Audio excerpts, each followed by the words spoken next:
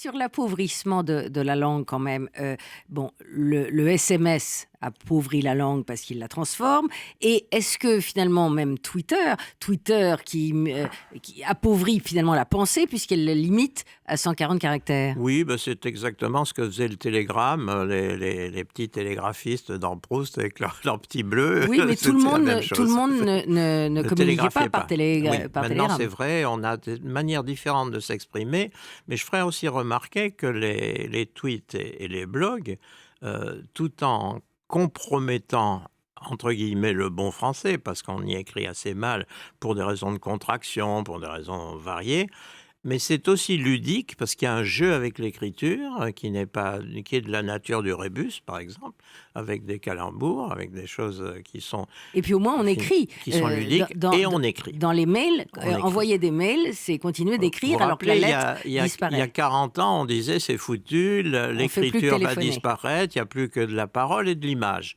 Alors ces formes nouvelles d'écriture, on peut les juger sévèrement, parce que c'est vrai que ce n'est pas l'orthographe traditionnelle, mais vous savez, quand on voit ce qui s'est passé dans l'histoire du français, de l'orthographe à la fin du Moyen-Âge et au début de la Renaissance, on pouvait croire que le français allait disparaître, tellement c'était chaotique et extravagant. Oui, finalement, On a vécu pire.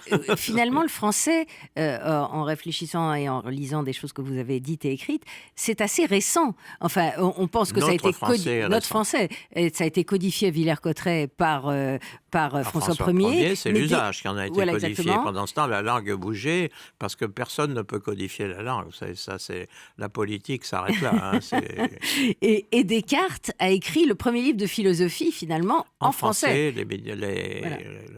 Et le discours de la l'explosion méthode. du Oui, oui. français date au fond du 18e dans toute l'Europe, avec Oui, ben les cours de Prusse et de c'est Russie. exactement similaire avec ce qui s'est passé pour l'anglais. C'est à la même époque que Newton, au lieu d'écrire en latin ses œuvres scientifiques, les écrit en anglais. La différence, c'est qu'aujourd'hui, l'anglais a essaimé partout et devient la langue internationale, tandis que le français, qui était parlé en Europe par les puissants, par les riches, ceux qui voulaient avoir une culture qui transcendait les frontières, aujourd'hui est en déclin.